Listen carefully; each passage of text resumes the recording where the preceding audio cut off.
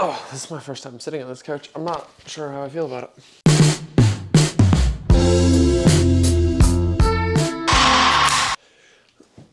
Well, guys, I did it. After 2.5 years of powerlifting, I decided to go out and make the biggest, most expensive decision in powerlifting most lifters come to at some point. I bought an SBD lever belt. So, after 3 years of powerlifting and 5 total years of training in it, I thought it was time to finally retire my Inzer. I have been through a lot with this Inzer. It wasn't the first belt I owned. I owned a Cave Dog belt at one point. I'll see if I can find some footage of it and throw it up. But after my Cave Dog belt, I bought this bad boy. This is my 13 millimeter Inzer. I don't actually know the size of it. I bought it for $80 off Marketplace, which if anyone knows the price of an Inzer, it's a pretty good deal. So I bought this in September-ish area of 2019, and it has been by my side ever since. I've wore this to every single competition I've been to. That is a lie. I didn't wear it to this year's provincials. Every single deadlift PR I have ever set, I have set in this bar. There's just a lot of memories in it, and it was a weird decision to make the switch. I mean, hell, they're not super clear, but you can even still see some old PRs. I used to mark my PRs on the inside of this belt with a silver Sharpie, and you can actually see if I can show it for the camera, the day that I hit the 1,000-pound club mark there on the bottom. December 30th of the year scratched out. December 30th of 2022 was the day I struck the 1,000-pound club for the first time. So it's weird finally retiring the belt. But I was having some issues with the Inzer. Some issues which are very easily solved by an SBD belt. Now, first thing, I'm going to address the elephant in the room. You may notice the size difference. Maybe you can, maybe you can't. My facial tracking also, I think, is trying to pick up Zach Bryan's face on my shirt. This is significantly smaller. I bought a 10 mil. I think I'm one of the only people I know who own a 10 mil SBD belt, and I will definitely talk on that now in a bit. But first I want to talk about why I went with an SBD belt. First off, like I said, when I got this Inzer, I made the switch to a lever belt. It was much more practical. Anyone who owns a lever belt, I don't know a single person who owns a lever belt that would go back to a prong belt. Just because these are much more comfortable, much more convenient, tend to fit better than prong belts. However, the big pain in the ass with the Inzer is if you have to readjust, you have to undo these 2 screws here. And as anyone who's owned an Inzer or similar belt, I just dropped it on my toe, will tell you, they are a pain in the ass to do. They take 10 plus minutes to readjust this. And the adjustment holes are fair size. So you could spend 10 minutes undoing this, move it down a hole, realize it's too big, and that you have to go up a size. Which is something that is solved by the SBD belt. For those of you who don't know, the way the SBD belt clasps is it's a constantly adjustable tightness. Set it wherever you need it. And the big reason I wanted to switch up a belt is because I planned on filling out my weight class more, and I plan on carrying more weight going into meets. And I also eat a fair bit before sessions, some days, and some days I don't. So that could lead to me being bloated some days versus not being bloated some days. And that was a big, big part of me wanting to switch to the SBD, because if I need to change the size in mid-session, I can. Or like at provincials, when I wore John's belt, I loosened my belt in between squats and deadlift. I was a notch looser on deadlift because I was after eating, I was after bloating. And it was just more comfortable. And that's one of the big things of wearing or having a belt like an SBD belt that I find allows you to do is you can have that better feeling. It's more tailored to how you want it to be. Now, to get into the other side of things, why I bought a 10 mil. Mainly, I didn't like how the Inzer was bunching up on me. I found it was pinching a lot. It felt too constrictive. It felt like I was relying too much on the belt, but only on days where it was there. Some days it didn't fit right, and I found it was throwing my session off. Whether that was because it was uncomfortable or I got too used to how I was bracing into my old belt, I don't know. So I got the SBD, and I decided, well, if I'm gonna make a big change and go into an SBD, I've always been curious about the 10 millimeters.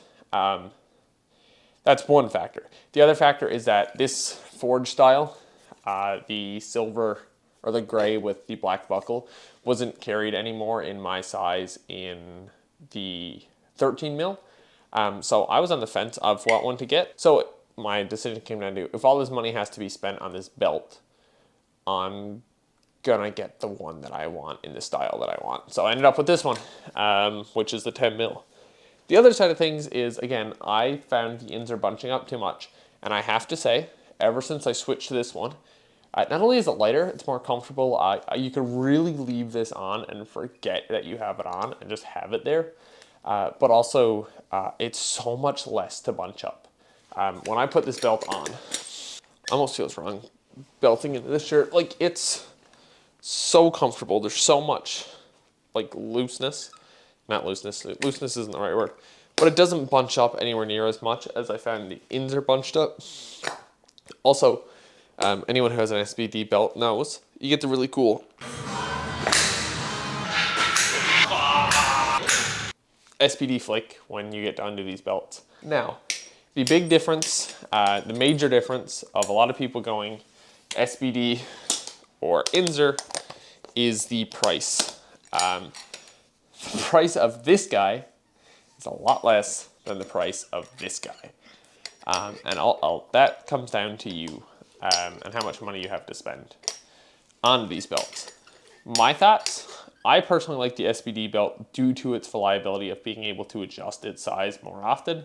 However, there's nothing saying you can't do that with an Inzer.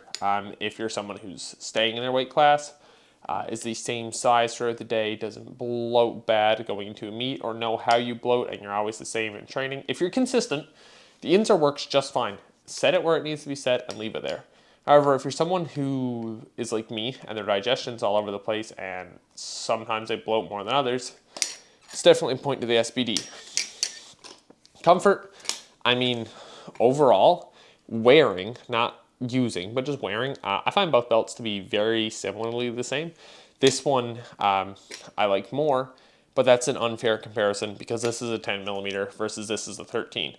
This doesn't feel any different sitting on me than a 13 millimeter SBD. I just like this one. It's a 10 millimeter, it's lighter, it's just more ignorable. However, squatting, I find this more supportive. I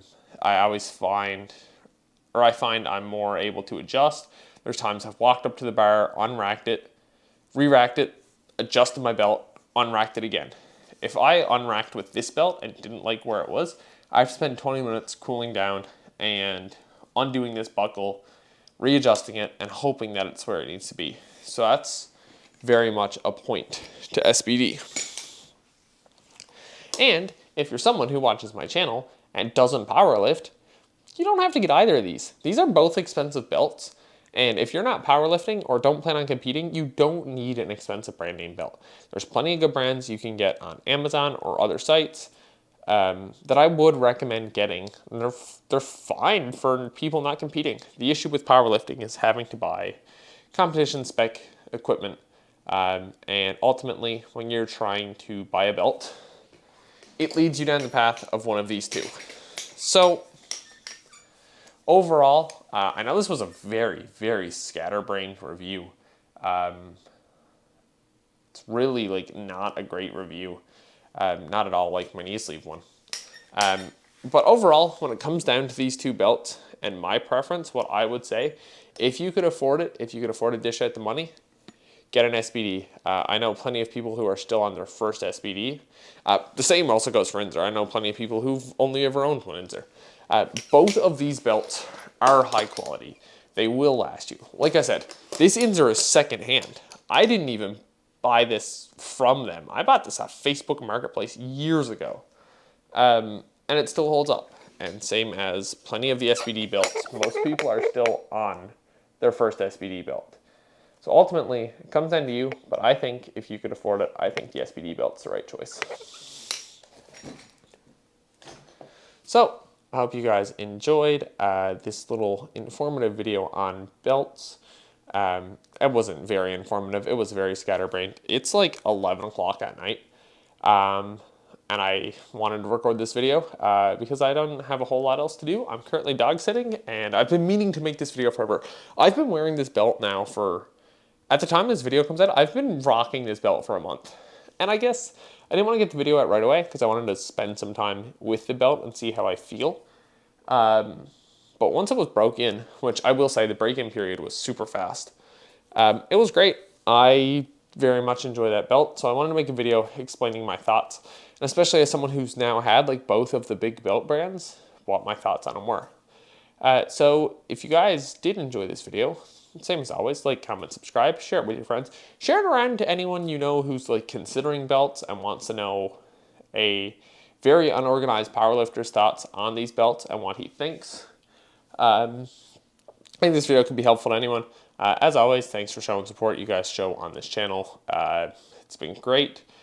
New episode of the podcast is out. I interviewed Louisa. It was great. We had a great chat. Check that out if you guys haven't. And if you don't mind me, I have a belt to throw out. Just kidding. Never thrown this thing out.